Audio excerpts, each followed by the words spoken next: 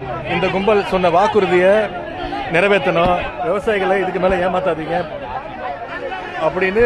இப்ப நான் என்ன சொல்றேன், இவர் கட்சியில இருக்கிறவங்க, என்னோட விஷயம் கட்சியில இருக்கிறவங்க என்னைய, என் குடும்பத்தை, தம்பி சிவகார்த்திகேயன் குடும்பத்தை, அருமை சகோதரர் அஜித்தோட குடும்பத்தை நல்லா பாருங்க, அஜித்தோட குடும்பத்தை இங்க பாருங்க. இதை என் தங்கச்சிய எப்படி எப்படி போட்டிருக்காரு பாருங்க, விஜய் படத்தை போட்டு ஒருத்தர் இது மாதிரி ஒரு புத்தகம் போடலாம்.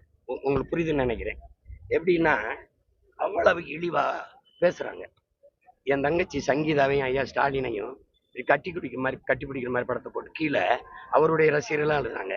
எனக்கே எல்லாரும் முன்னகர்த்தும் போது உங்க கட்சியில உங்களுக்கு வரனாலும் உங்க கட்சியில இருக்க முதன்மையான 2ஆம் கட்ட தலைவர் பார்த்துருப்பாங்க. இதையெல்லாம் ஒரு கண்டிச்சு ஒரு பொதுவான அறிக்கை இந்த மாதிரி எழுதுறது, கண்ணியமற்ற பதிவுகளை குறைங்க, தவிருங்க, இந்த மாதிரி செய்யக்கூடாது அப்படின்னு நீங்க ஒரு தடவை அறிக்கை விட்டுருந்தா, அந்த தங்கச்சியை பேசும்போது அப்ப இப்படிலாம் பேசுறது கண்ணியமற்றது. உங்களை பெற்றவர்கள், உங்க உடன் பிறந்தவர்கள், உங்களுக்கு படிப்பிக்கிற ஆசிரியர்கள், உங்களோட பணி செய்கிறவர்கள், நம்ம கட்சியில இருக்கிற பெரியவர்கள்லாம் கூச்சப்படுவாங்க, அருவறுப்பாங்க. அதை செய்யாதீங்கன்னு நீங்க ஒரு நேர்மையா ஒரு அறிக்கை விட்டுருந்தீங்கன்னா தகுதியும் நேர்மையும் உங்களுக்கு இருந்திருக்கும். நீங்க எங்க குடும்பங்களை பேசும்போது, என் மனைவிய, என் தம்பி சிவகார்த்தியின் குடும்பத்துல அவன் மகளை, ஐயா அன்பு சகோதரர் அஜித் அவர்கள் குடும்பத்தை, பிள்ளைகளை, இதையெல்லாம் பேசும்போது நீங்க எங்க இருந்தீங்க? அப்போ உங்க கட்சிக்காரங்க என் கட்சியில் இருக்க பிள்ளைகளை, மற்ற கட்சியில் இருக்க பெண் பிள்ளைகளை அவ்வளவு கேவலமா எழுதுறானே, வாய்கிட்டு சொல்ல முடியாத வார்த்தைகளை. நீ எல்லாத்தையும் சேர்த்து நான் எடுத்துக்கிட்டு, மொத்தமா இவ்வளவு இருக்கும் எடுத்துக்கிட்டு, நான் இதே கமிஷனர் அலுவலகத்துல உங்க மேல புகார் கொடுத்தா அப்படி இருக்கும்? எப்படி இருக்கும்? இப்படி பேசுறாங்க எங்க குடும்பத்து பிள்ளைகள் எல்லாம். அவர் கட்சி அவர் கண்டிக்கல.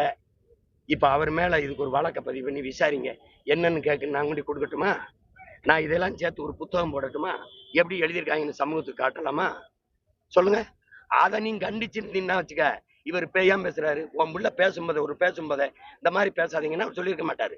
நோக்கத்தோடு நீங்க எழுதுறீங்க, எங்களை அசிங்கப்படுத்தணும், கேவலப்படுத்தணும், எங்க குடும்பங்களை எழுதுறீங்க, எங்க பிள்ளைகளை, குறிப்பா என் கட்சி பிள்ளைகளை ரொம்ப எழுதுறீங்க. அதை நான் என்ன செய்யலாம் சொல்லுங்க? என்ன செய்யலாம்? என்ன செய்யலாம் தம்பி? நீங்க என்ன பண்றீங்க? இந்த பெண்கள்லாம் உங்களை இப்ப இந்த அண்மையில் நடக்கிறதுக்காக கொஞ்சம் வெறுக்கிறாங்கன்றவுடனே இந்த பெண்ணுக்காக நான் வருவேன்னு காட்ட நினைக்கிறீங்க. நீங்க எங்க நடிக்கிறத நிறுத்தினீங்க? எங்க இன்னும் நடிச்சுட்டு தான் இருக்கீங்க. நீங்க திரையில நடிக்கிறது இப்ப தரையில தான் அதிகமா நடிக்கிறீங்க. அதே பெண்கள்கிட்ட ஒரு ஈர்ப்பை ஏற்படுத்தணும்னு நினைக்கிறாப்ல. இது கோடி பிரச்சனை நடந்திருக்கு. எந்த பிரச்சனைக்கு வந்திருக்காப்ல? உங்களால செத்தவனுக்கே நீ போய் பார்க்கல. என் கட்சி பிள்ளை போய் மருத்துவமனையில பார்த்து, என் கட்சி பிள்ளை போய் சாவுல நிக்குது. உன் கட்சிக்காரன் கூட போய் நிக்கலையே. உங்க விஜய் உயிரென வர்றேங்கிற, உங்க விஜய் உயிர் எடுக்க வர்றேங்கிறதான் சரியான பாட்டு. எந்த இடத்துல? போன இடமெல்லாம் செத்துருக்கான். அப்புறம் வருத்தம் சொல்லணும்ல, போக முடியல. இப்ப அங்க போனா கூட்டம் வரும், ஆனா வளைகாப்புக்கு போக கூட்டம் வராது. கல்யாண வரவேற்பு போனா கூட்டம் வராதா? என்ன ஒண்ணும் பேச மாட்டேங்கிறீங்க? அதுக்கு ஏன் வரல? மேகதாது பிரச்சனை பத்தி பேசும்போது எதிர்க்கட்சி தலைவரான உதயநிதி ஸ்டாலின் அவர்கள் முதல்வர் விஜய் அவர்களை அருவருக்கத்தக்க வகையில பேசின வீடியோவானது சமூக வலைதளங்கள்ல வைரலா பரவி பல்வேறு தரப்பினர் மத்தியில கடும் கண்டனங்களை பெற்று வந்துட்டு இருக்கு. குறிப்பா நிறைய அரசியல் தலைவர்கள் இந்த பேச்சு ரொம்பவே அருவருப்பா இருக்கு அப்படின்னு உதயநிதி ஸ்டாலின் அவர்கள் மேல குற்றம் சாட்டி வந்துட்டு இருக்காங்க. இப்படியான சூழல்ல தற்போது உதயநிதி ஸ்டாலின் அவர்கள் காவல்துறையால கைது செய்யப்பட்டிருக்கும் சூழல்ல நிறைய கட்சியினர் இந்த கைதுக்கு கண்டனம் தெரிவிச்சிருந்தாலும் கூட தாவேகா கட்சியினர் இந்த கைது நடவடிக்கையை வரவேற்கிறாங்க. குறிப்பா நிறைய திமுகவினர் உதயநிதி ஸ்டாலின் அவர்கள் கைது செய்யப்பட்டதற்காக மாவட்டங்கள் தோறும் ஆர்ப்பாட்டங்களை நடத்தி வந்துட்டு இருக்காங்க. குறிப்பா விஜய் அவர்களோட உருவ பொம்மையை எரித்து தங்களோட எதிர்ப்பை காட்டி வந்துட்டு இருக்காங்க.